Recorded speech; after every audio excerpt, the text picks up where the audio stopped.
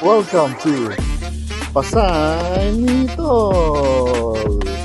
Don't forget to hit the button and subscribe.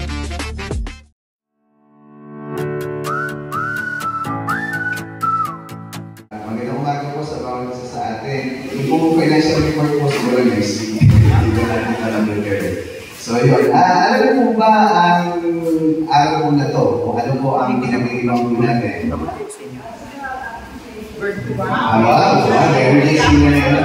First one yung sinabi. So, actually po, trigger lang po, no? So, every October po, ang month ng October ay dinadapos po ang Pastor's Appreciation Month. Somehow, na-appreciate na po natin ang pastor natin, di ba?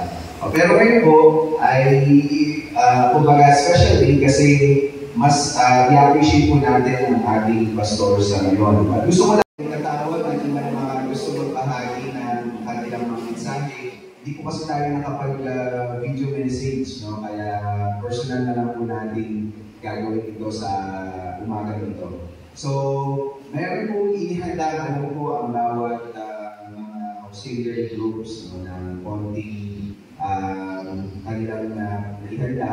Pero siguro, mag-iipo tayo ng representative kada auxiliary group para po makapagbigay mo ng mensahe. So, umpisa po natin sa mga kabataan. Si Conco yata at si John ay gusto kong bigay ng mensahe. So, kaya naman sino mga sa akin.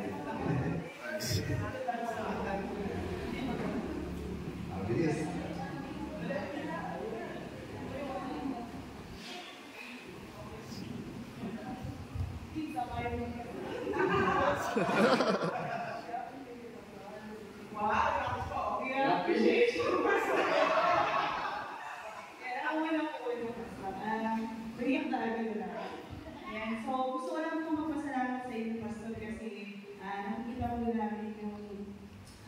Pagpapadala nyo dito sa ating iglesia. At alam ko po na hindi biro yung every Sunday tayo nag-preach. So, forever grateful po kami dun. So, siguro po yung isa pa sa na-appreciate ko yung kayo pastor yung pag-hatid sundo. Dati bata pa ako. Oh, di ba po pag may mga gawain, talagang, si pastor, hatid ka. Susunduin namin pag may mga DBS, Sunday school. So, hindi ko yung nakakalimutan at natatak ko yun sa isip. So, yung nadagdagan pa. So, parang sa kailangan lahat, sinasabay ko nila ako pag pumapasok. Tapos pag umuwi, sinasabay nila ako. So, parang pinagpapasalamat ko po yun sa Panginoon kasi kayo po yung nakasama ko gano'n. So, isa po yun sa mga pangarap ko nung bata ako. Ayan, so parang din po natupad din yung mga naghahatid sundo, gano'n. So, salamat po, Pastor, at magpatuloy lang po kayo dahil marami po kaming nabibless sa buhay nito. Salamat po. May kulang pala. Ako din po, Pastor, appreciate ko yung personally yung buhay ko dahil simula po nung since na maliit pa lang po kami, or ako po personally. Eh, nandiyan lang po kayo at ready po kayo lagi na magturo, magbigay ng guidance sa amin. And tapos yung inyong perseverance sa pagbabahagi ng salita ng Diyos. Kahit po may, alam niyo yung parang may nararamdaman kayo pero alam niyo po, ready pa rin kayo na magbigay sa amin ng pagtuturo. And sobrang appreciate ko po yun dahil lalo na po pag yung bakit na po kayo magbigay sa akin parang may tinatanong po sa inyo about sa mga nadademo o gano'n. Ayun din po, na-appreciate ko din po yung sa nasabi po ni Con yung paghatid sundo dahil nung ever since po na kami pa lang po yung nag-aaral sa DBBS hanggang kami na rin po yung nagtuturo. Yung constant na panahon po na yun kayo po yung naging namin parang example na magandang tularan mo dahil ayun po sa same thing pag sundo na lang po sa amin parang ang laking bagay po sa amin. Ayun, palagi lang po kayong magpalakas kahit alam niyo po na tumatanda na po kayo.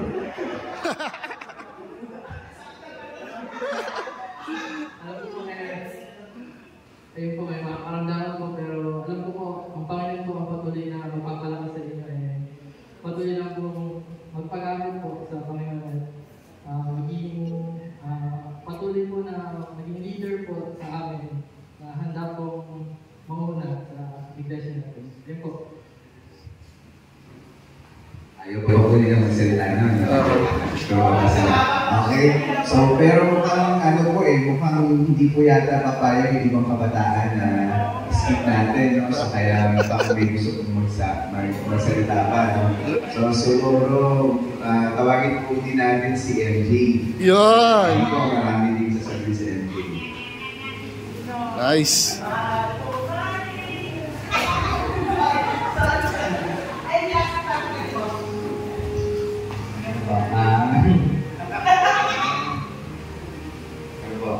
Hindi na ako happy idea everything. Parang Happy Pastor's Day. Ano ba? Parang nabigla pa ako ngayon. Pero hindi ko alam kung saan ko rin ito last year yung appreciation month na na-inspire ako sa inyo personally. Nakikita ko yung pagkakaga nyo sa ministry, sa pagsunod sa Lord. Kaya isa rin po yung dahilan kung bakit ako nagpapatuloy. At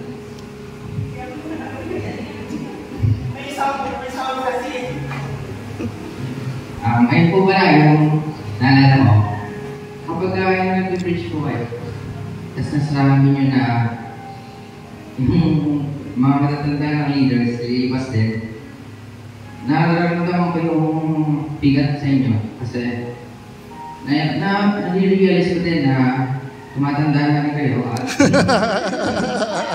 maraming mga karamdaman pero ayun, marami kayong nararamdaman na physically din papatuloy pa rin kayo kaya ayun, sana akong na-inspire, na-encourage at prayer ko lang na sana po ay marami pang taon na ibigay sa inyo ng Lord para sa pangunguna din sa simbahan natin.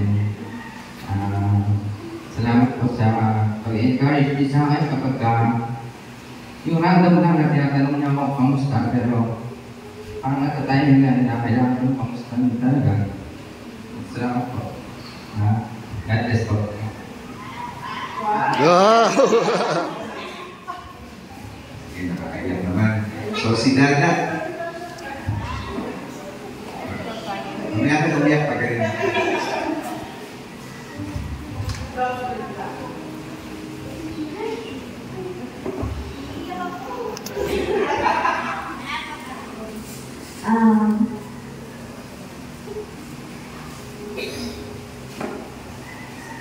Parang hindi ko ma-express sa words yung pagpapasalamat and kung paano namin kayo na-appreciate. Pero ako personally, parang gusto ko siyang sabihin sa inyo through pagbibigay po ng assurance na makakaasa po kayo na yung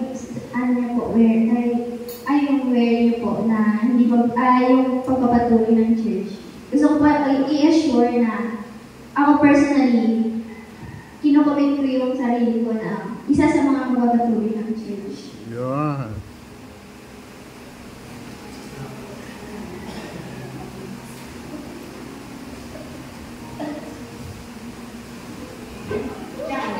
Sorry po.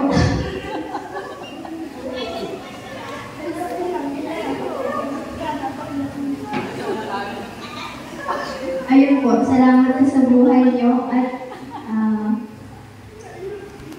makakaasa po kayo na isa po kayo sa titigan namin na example.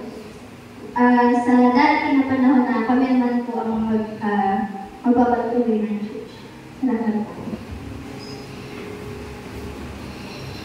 Thank you. At si Angelo. Kala mo.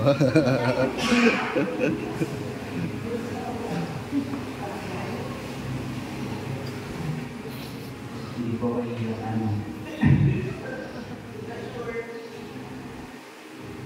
ano po ba tama happy appreciation po ba? Pero kung alam naman po yun ay gusto ko pong magpasalamat yung araw na to sa pagiging pagsisilbing ikalawa ko ng tatay.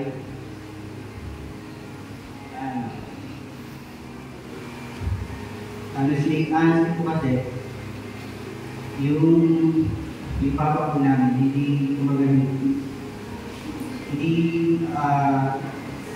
hindi naging kumbaga parang reference namin para sa spiritual na buhay. Nakakapag-provide ko siya sa amin, material. Thank you po na nakita ko yung tatay niyo sa amin Pumula ko. sa spiritual na buhay. At thank you po sa pagiging concern sa amin, sa buhay po namin.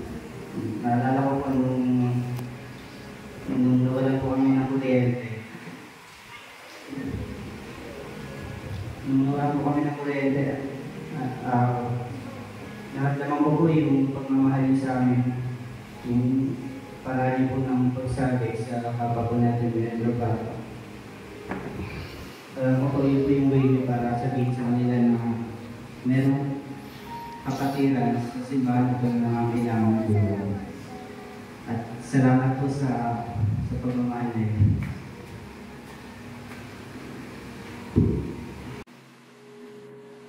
Nice. Okay, so meron pa po ba sa kabataan? Or baka kasi sabihin, hindi sila matawag, no? So si Gemma, sige. Okay lang po yun. Mas mainam na sabihin natin na buhay ang ating pastor kasi sa... Natayakan din ako sila kasi nag-iyakan eh. Ano po, gusto ko lang po sabihin na sobrang na-appreciate po namin. Hindi lang po ako, buong pamilya po kami. At thankful po ako kasi nanayakan. Hindi ka kami napunta sa church na to. And kanina po, alala ko kung gano'n kami kapalit kasi gano'n yung nakabay-balot ako. Sobrang ramdam po namin yung pakikiramin po sa amin nun kasi nandun kayo para kamustahin kami at alalahanin kami at na-appreciate po namin yun. Pati po yung pagka nagtuturo kami sa DDS, kayo po yung nag-ahatid sundo sa amin at sobrang na-appreciate po namin kasi kahit buong maghapon kayo may ginagawa, maagang gising, pagod kayo, pero hindi po alintana sa inyo yung paghahatid sa amin. Hindi po kami nakarinig na kahit anong reklamo sa inyo. Kaya ito thankful po kami at thankful din po ako sa mga pangaral at mga tinuturo niyo po sa akin. Maraming salamat po at ma-appreciate ko po na God bless you po. Thank you, Jasmine.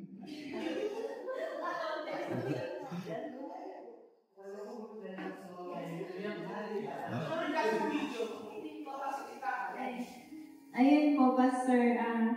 Yung katulad po ng sinabi nila, na-appreciate po namin kayo sa nung paghatid po sa amin kapag ka po nagtuturo po kami ng DDBS, Saturday School po.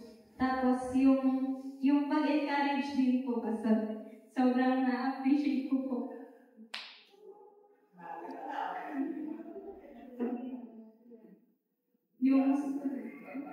Yung pagsasabi niyo po na magpatuloy po kami kahit na mahirap po. Tsaka yung pangmusta po kapag ayun po.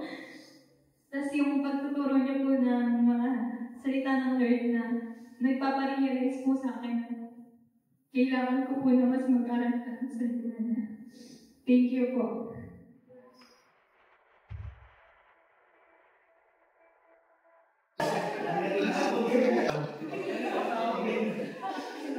Yun, biyak nanda. Kaya po, gusto ko naman sabihin kay Pastor na sobrang na-appreciate po kita. Yun nga po, yung simpleng pangamusta po, tas yung simpleng encouragement po na kahit mahirap, magpatuloy kayo. So yun po, kahit po ilang words lang po yun, pero sobrang deep na meaning po yun para sa akin. Yun po. Tapos po, para sa akin po, isa ka po sa pinakamalaking naging isa ka po sa naging modelo ko po na kayo po personally po, alam ko po na hindi po madali yung pagpapastor na alam ko po na marami po kayong problema at hirap na pinagdadaanan, pero hindi po alintana yan para maging magpatuloy po kayo at maging mabuti din po kayo sa mga ka-church meeting po. So yun po, naging isa po yun sa tinignan ko din po na si Pastor na kaya naman ni Pastor lahat yun eh. So yun, parang na-encourage po ako na maging ganun din po akong tao at maging ganun din po ako sa harapan ng Lord. So yun po. Maraming salamat po, na-appreciate po kita sobra.